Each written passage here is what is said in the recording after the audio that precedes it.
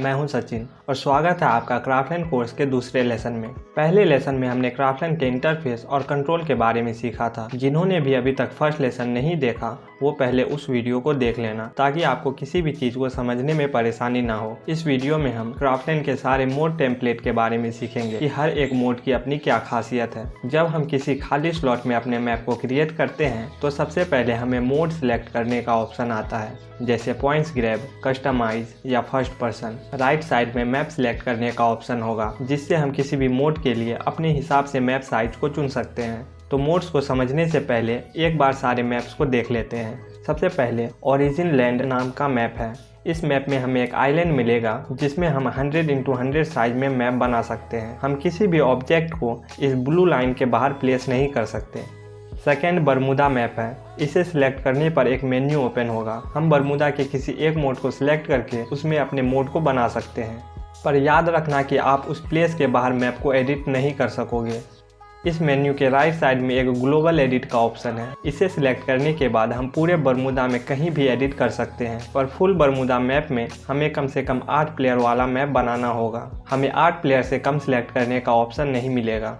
Bermuda map के बाद empty scene नाम का मैप है। इस मैप में आपको 2000x2000 साइज का एक खाली मैप मिलेगा। इस मैप में एडिट करने के लिए इस बटन पर टैप करके फ्लोर को एक लेवल ऊपर कर देते हैं। अब हम इस मैप में आसानी से एडिट कर सकेंगे। पहले तो मैप का बेस बना देना क्योंकि इसमें आपको कोई ग्राउंड नहीं मिलेगा।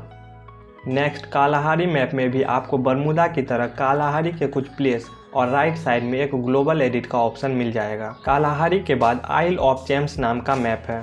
इसमें हमें एक छोटा आइलैंड मिलेगा जिसके 50x50 साइज में हम एडिट कर सकते हैं। और लास्ट में नेक्स्ट्रा मैप है। इसमें भी नेक्स्ट्रा के कुछ प्लेस और एक ग्लोबल एडिट ऑप्शन है। नीचे रिकमेंडेड मैप है पर इसे हम बाद में देखेंगे। तो चलिए अब हम फाइनली सारे मोड्स को एक एक करके देखते हैं। पहला मोड जो आपको सबसे पहले मिलेगा वो है पॉइंट्स ग्रैब। यहाँ हम उसके डिस्क्रिप्शन को पढ़ सकते हैं। पहला टीम जो टारगेट पॉइंट तक पहुँचेगा वो टीम जीत जाएगा। इस मोड का मैप बनाने के बाद गेम स्टार्ट होते ही पहले तो पॉइंट्स ग्रैब का बैनर आएगा, फिर प्रिपरेशन टाइम चलेगा जिस समय आप स्टोर से वेपन खरीद सकते हो। फिर राउंड स्टार्ट होते ही ऊपर कुछ ऐसा स्कोर HUD आ जाएगा। यहाँ पर टारगेट स्कोर दिखेगा।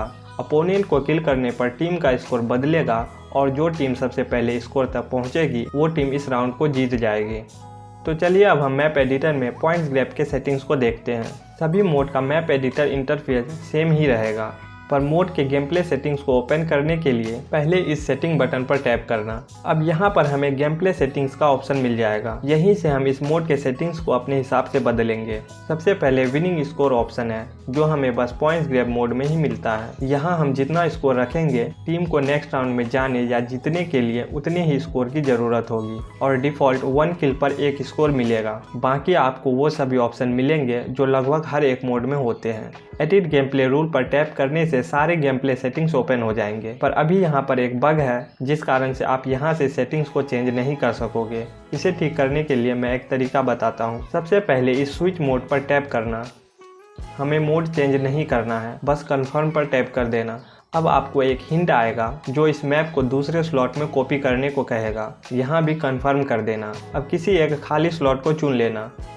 अब हमारा मैप दूसरे स्लॉट में कॉपी हो गया होगा और अब हम सारे गेम प्ले सेटिंग्स को चेंज कर सकते हैं। विनिंग स्कोर के बाद एलिमिनेशन बोनस का ऑप्शन है। अभी ये 1 पर है, इसका मतलब एक किल करने पर उस टीम का एक स्कोर बढ़ेगा। इसे आप जितना रखोगे किल करने पर उतना ही स्कोर बढ़ेगा। फिर राउंड ऑप्शन है। प्रिपरेशन टाइम से प्लेयर को गन खरीदने का समय मिलेगा। फिर मैच टाइम और राउंड रीसेट ऑप्शन है जिसको ऑन करने से राउंड स्टार्ट होने पर सब कुछ रीसेट हो जाएगा। टीम ऑप्शन से मैच को जितने प्लेयर का बनाना है उसे चुन सकते हो।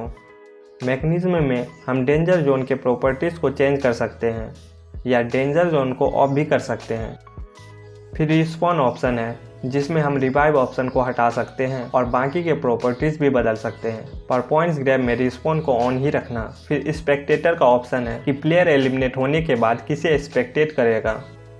जनरल में भी बहुत से बेसिक सेटिंग्स मिल जाएंगे जो लगभग सभी मोड में होंगे। यहाँ से आप प्लेयर के HP को बढ़ा सकते हो, अनलिमिटेड एमो कर सकते हो, डैमेज को 0 कर सकते हो और लास्ट में कैरेक्टर और पेट स्किल को भी ऑफ कर सकते हो। सभी सेटिंग्स कर देने के बाद ओके पर टैप करके सेटिंग्स को सेव कर देना। पॉइंट्स ग्रैब के बाद कस्टमाइज मोड है। इस मोड में हम खुद के रूल्स बना सकते हैं। कस्टमाइज मोड को नॉर्मली स्टार्ट करने पर आपको कोई स्कोर HUD नहीं दिखेगी और स्पॉन पॉइंट भी कभी खत्म नहीं होगा। तो चलिए मैप एडिटर में इसके गेम प्ले सेटिंग्स को देखते हैं। क्योंकि इस मोड का कोई रूल नहीं है, इसीलिए आपको यहाँ कोई एक्स्ट्रा सेटिंग्स का ऑप्शन नहीं मिलेगा। बस हम राउंड, मैच टाइम और नंबर ऑफ प्लेयर्स को बदल सकते हैं। अभी बस मैं कस्टमाइज में स्पॉन पॉइंट हटाने की स्क्रिप्ट बता देता हूँ। फ्यूचर में कस्टमाइज मोड पर एक फुल वीडियो बना दूंगा। स्पॉन पॉइंट को हटाने के लिए स्क्रिप्ट बनाते हैं। सबसे पहले स्पॉन पॉइंट को सिलेक्ट करना। अब इसके प्रॉपर्टीज को ओपन करते हैं। एडिट स्क्रिप्ट के ऑप्शन से हम इस स्पॉन पॉइंट के स्क्रिप्ट एडिटर में आ जाएंगे। अब पहले ऑन राउंड स्टार्ट ब्लॉक को ले लेना। इसमें एक डिस्ट्रॉय ब्लॉक को जोड़ देते हैं। टारगेट में दिस एंटिटी ब्लॉक को रखना है। अब मैप में जितने स्पॉन पॉइंट हैं सभी में ये स्क्रिप्ट बनाना होगा।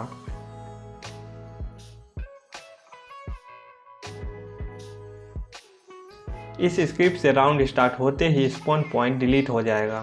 Next mode first person mode है, जिसका रूल क्लैश स्क्वाड के जैसा होगा, पर हम फर्स्ट पर्सन पर्सपेक्टिव मोड से गेम प्ले करेंगे। फर्स्ट पर्सन मोड को स्टार्ट करते ही प्रिपरेशन टाइम आएगा। इसमें आपको वेंडिंग मशीन की जरूरत नहीं है, स्टोर खुद ही आएगा और आप CS के जैसा गेम प्ले कर सकोगे। इस मोड में यहाँ एक बटन होगा जिससे हम गन को ऑब्जर्व भी कर सकते हैं। इसके गेम प्ले सेटिंग में नॉर्मल सेटिंग मिल जाएंगे जिसे आप चेंज कर सकते हो।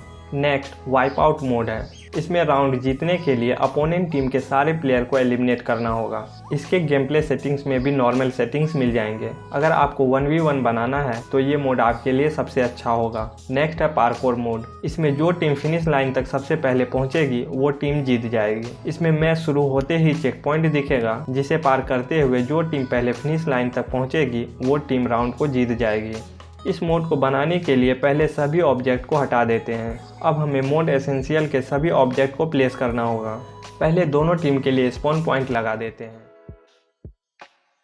अब आप जितने चाहो चेक पॉइंट लगा सकते हो। चेक पॉइंट लेने के बाद प्लेयर के एलिमिनेट होने से वो लिए हुए चेक पॉइंट पर स्पॉन होगा। सारे चेक पॉइंट लग जाने के बाद फिनिशिंग पॉइंट लगा देना। अब चेक पॉइंट के बीच में ऑब्स्टिकल लगा सकते हो जिससे प्लेयर का आगे जाना चैलेंजिंग हो। इसके गेम प्ले सेटिंग्स में भी आपको नॉर्मल सेटिंग्स मिल जाएंगे। अगर आप चाहते हो मैं पार्कोर मोड पर एक सेपरेट वीडियो बनाऊं तो कमेंट्स में बता देना।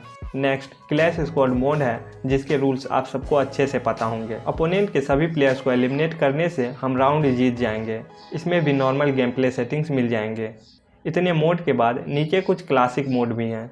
पहले हाइड एंड सीक को देखते हैं। गेम प्ले शुरू होने पर आप दो टीम में से रैंडमली किसी भी एक टीम में आ जाओगे। अगर आप हाइडर टीम में हो तो आपको सीकर टीम से बच के रहना है। आप इनमें से किसी भी ऑब्जेक्ट में बदल सकते हो। अगर हम बच गए तो हम राउंड जीत जाएंगे, और अगर हम सीकर टीम में हैं तो हमें हाइडर को खोजना होगा। इसके गेम प्ले सेटिंग में हाइड एंड सीक के कुछ रूल्स मिलेंगे। हम इस मोड को 8 प्लेयर से कम का नहीं बना सकते। नेक्स्ट इंडोरेंस मोड है। ये ज़ॉम्बी मोड है जिसमें सभी प्लेयर एक ही टीम में होंगे। यहाँ पर ज़ॉम्बी का नंबर लिखा होगा और इतने ज़ॉम्बी को मारने पर हम राउंड को जीत जाएंगे। इसके गेम प्ले सेटिंग से हम चुन सकते हैं कि राउंड जीतने के लिए कितने ज़ॉम्बी को मारना होगा। लास्ट मोड है गन किंग, जिसमें हर बार किल करने पर गन चेंज होगा। गेम स्टार्ट होने पर सारे प्लेयर को गन मिलेगा।